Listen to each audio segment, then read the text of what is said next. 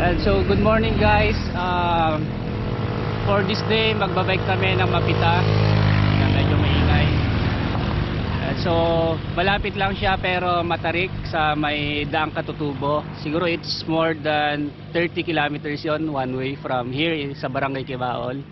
So today kasama kong magbabike si Iver. Yeah, may gusto kang batiin? Wala po. Okay, wala siyang gustong batiin. Okay, so kita-kits, maganda yung view doon. Let's go!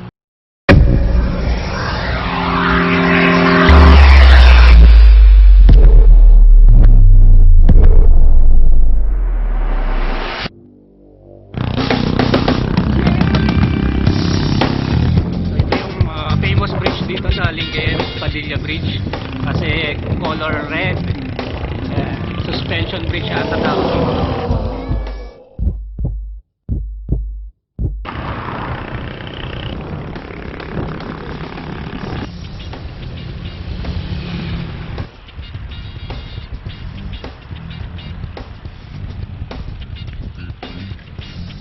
Okay, shout out pala sa mga Team Motion Cycling sa Lingayen, Team Torobos, Dagupan, sa Nasinto, sa mga Pangasinan Padjakers. Shout out sa inyo. Shout out din kay Allen Ignacio, nasa Australia. Yan bro, kumusta? Ingat yan. Padjak tayo pagbalik mo dito. So ito yung Banyaga Bridge, nagdudugtong sa bayan ng Bugalyon at saka Lingayen. So para ito yung pinaka-border. And then yung ilog dyan is yung Agno River. Yan, one of the longest river in the Philippines. So andito na tayo sa malapit ng Aguilar. So yun yung pupuntahan natin, yung bundok na yon. Dito kita ko yung daan eh. Hindi ko alam sa camera kung kita niya. So ayan, in 30 minutes siguro nasa paanan na tayo or nasa gitna na tayo niyan. So kita-kits mamaya. First stop natin sa may Aguilar. Hydrate muna tayo kasi hindi ako nakapagbaon pala ng tubig. sorry.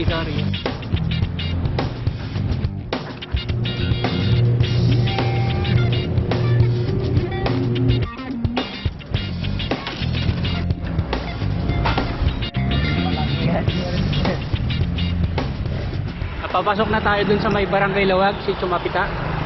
So ito na yon, pinakita ko na to dati nung nagmumotor ako. So kanan lang tayo dyan. So pag nakita nyo yung marking na yon, yun na yon, kanan dire-diretso. Piling ko takot nyo to.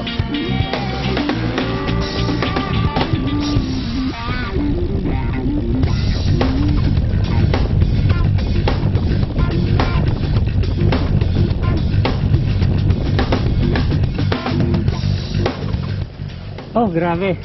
Ito na yon yung unang akyat dito. Nauna na si Iver.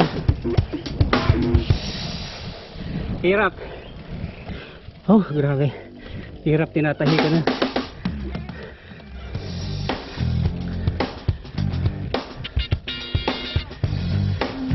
Wow. First climb. Pulit na ang baga.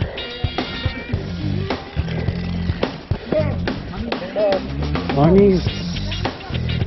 Taas.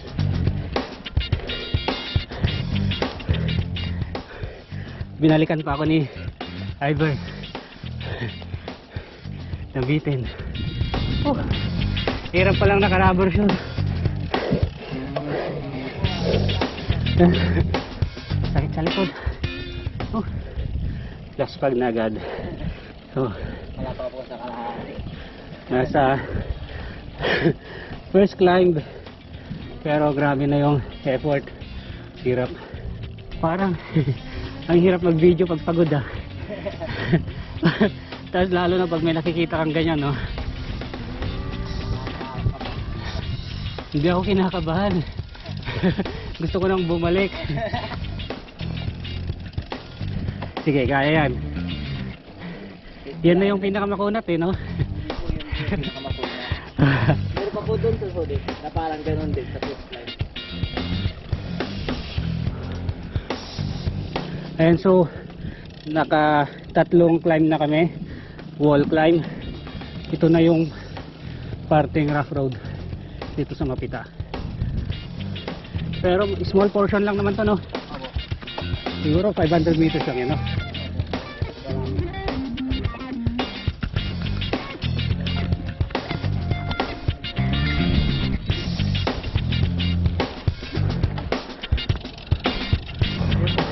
Yung maliit doon. Doon malapit ang view doon. Ayun, no? Kulay puti. Opo, doon malapit. Parang 3 kilometers na lang po yan. Grabe, no? Packet pa ulit. Maganda yun pag tumubo na lahat yung punong kahoy, no? Opo. Para maganda tingnan blue. Parang tayo pa lang bumingong dito ang bago. Ganito. Siguro kapag ikukumpara ko to dun sa may Maliko, mataas to eh, yung elevation niya agad. Although short, yung sa Maliko kasi gradual na mahaba. Pero hindi ganito yung effort mo. Pag yung sa kalikasan naman, tapos dito, pag kinumpara mo, Mas may effort ko pa rin dito. marami kasi, no? Opo. Yung doon ko, mahabag, parang gradual din. Kasi hindi biglaan po doon. Grabe, iba tong Mapita. Daming tumitiri. Ayun, so dito, may mga putol-putol na parts, sementado naman, kaya hindi nyong bumaba. Tapos akayin yung bike. Maski malakas kayo dito pumadyak, maglalakad pa rin kayo. May mga portions din palang ano dito, rough road pa talaga. So, hindi advisable yung road bike. Lalo na kung naka full carbon kayo sa wheel set. Kawawa dito. Bali, ang ginawa kong setup dito, pinalitan ko yung tire ko ng wider 28C. So okay yung rolling niya, pero pag nakadaan ng putik, masyadong masikip na yung clearance dun sa ano, sa may frame. Kaya pa? Kayang kaya. Sabihin mo kung last pag ka na, kakainga tayo. Diretso na lang. Kayang din po yung oras. Kapal ko eh, no? Malalas pag mo ba yan? Lakas-lakas. So ito na nga mga kapadyak, this is the moment of truth. So sa akin suabe riding lang talaga dito. Kasi kita nyo naman yung mga bata, oh. Binuhat na yung mga bisikleta. Sobrang init dito. 7:30 pa lang. Grabe. Yeah, let's go.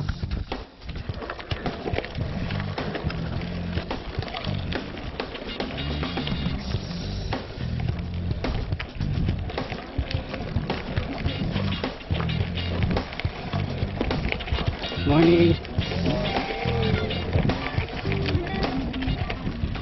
Ayan, so finally tapos na yung rough road. So yan, bawi na tayo. Ito na yung feeling na simento. Grabe, ang ganda, oh.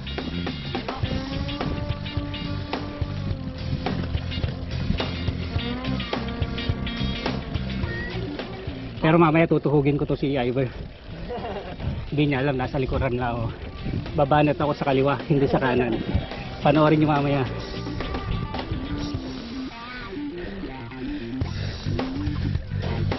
Second to the last climb ng Mapita. 9 kph takbo.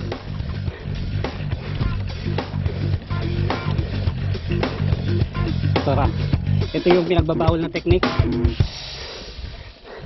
Zipper or tahi kung tawagin. Yan. Sorry kasi naka 28 tiff lang kags ko. Hirap iakyat.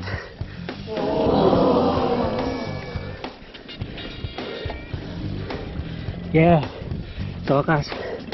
So no, last time nagmotor ako, ito yung pinuntahan natin. Yung zipline dito sa may Mapita. Ito siya. Yung pagbaba niyan, nakita nyo noon, di ba? Ang papuntang Lagoon. Kaya ito na yung huling akyatan dito. Ay, hindi ko na pala maabutan sa Ivor. Lakas. Konting dasal na lang to. 1, 2, 1, 2. Yun yung technique. Tapos kakanta ka sa isip mo. Hi, good morning. So final climb, view deck, successfully finished on road bike.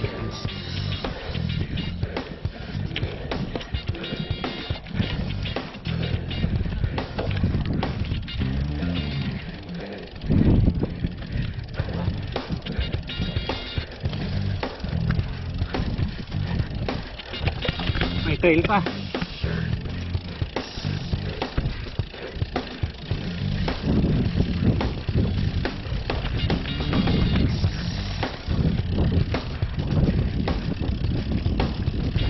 Bike all the way hanggang view deck.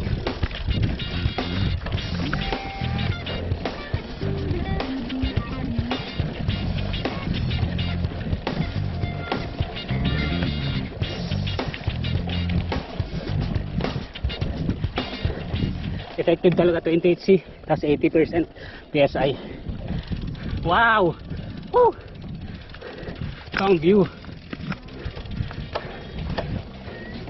Welcome to Mapita. Bike all the way. Oh, grabe, umaangat yung unahan ko.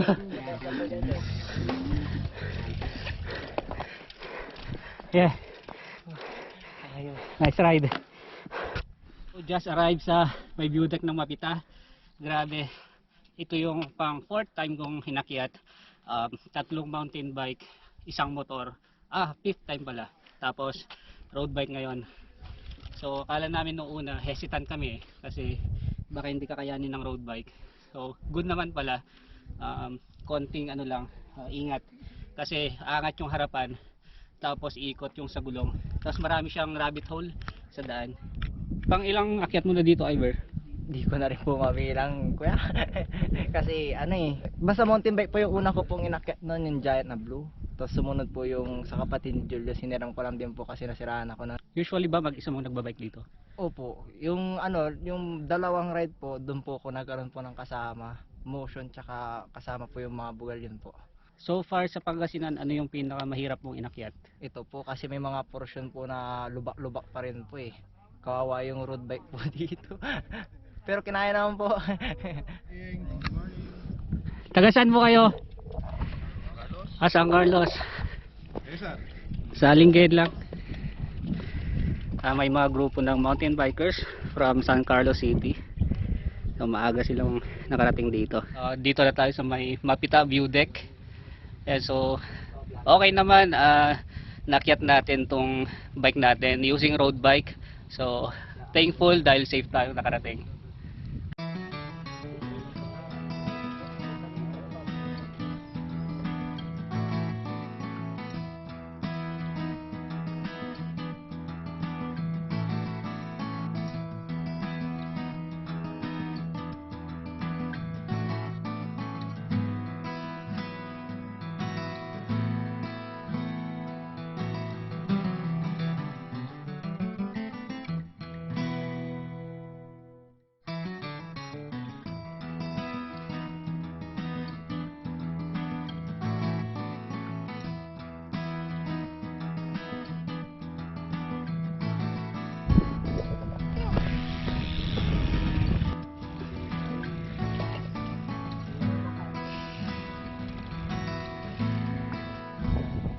Ayan, so ito yung isang napansin ko dito sa may view deck. So thank you sa mga LGU dito sa may Mapita, at saka napansin nila to, nabigyan lunas yung basura, naglagay sila ng trash bin, which is good thing. Okay, salute sa mga namumuno dito.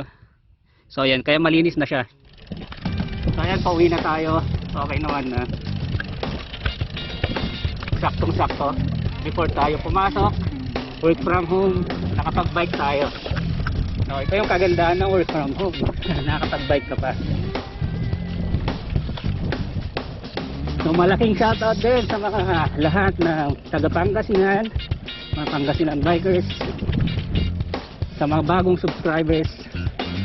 Thank you. Sa mga bago pa lang sa channel ko, ayan, subscribe na kayo, Corik Suave, para mas madagdagan pa yung videos natin more adventure dito sa Pangasinan.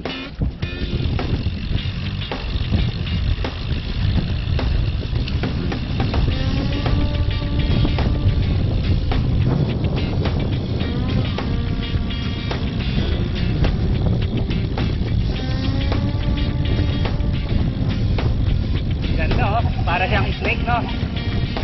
Parang sleeping dragon no. Dito kang manok. Nice snake.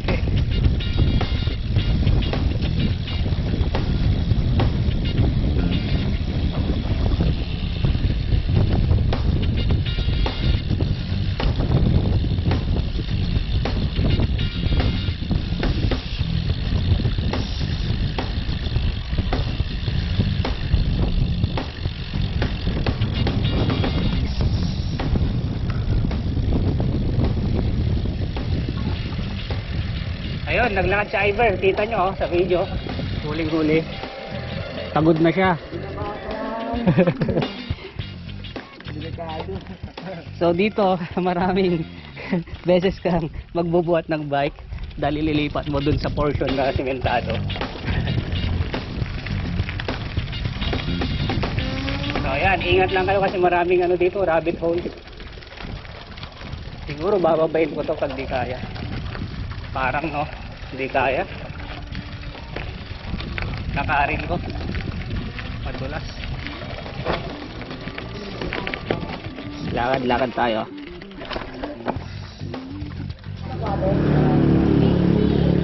Ayan, so kain muna tayo guys. Ay, lastag. Nakababa na tayo dun sa may bungad. Kababa natin from Mapitan. Dito na tayo sa may main highway. So nakakita tayo ng kainan dito. So siguro loading muna before tayo umuwi sa bahay. Siguro 2 years ago yung last na binike ko yung Mapita. So ngayon malaki naman yung improvement niya. Marami na ring portion yung sementado kaysa dun sa rough road. Unlike dati one way tapos marami pang lubak tapos pakutik. Pahalo na lang ako. Nasa ilang minutes natin ginawa? 40 minutes lang po ya. 40 minutes. 30 minutes. Adi nga, pahalo na lang ako ah. Salamat. Ayun. Kinuha namin ng 30 to 40 minutes. Mabagal lang. Mahirap kasi magpumanyak doon sa may ano, Lubak. sa may lubak. Ang dami. Umaangat yung harap. Hindi siya advisable sa mga road bike at saka sa mga newbie. Siguro pwede lakarin nyo na lang or mag-boss kayo ng air pressure sa tire nyo. Tapos bawod kayo ng maraming tubig. Kasi bihira yung wala store doon no. Dalawa po. May dalawa store kami na daan ng kaso hindi pa bukas. Okay, pauwi na tayo Soconi. Ito yung pinakasikat na lugar dito sa may Bugalyon. Soconi, ewan kung bakit. So ano, bukas ulit? Bukas ulit. Walang protect sa online class. Ingat, ingat. Yan.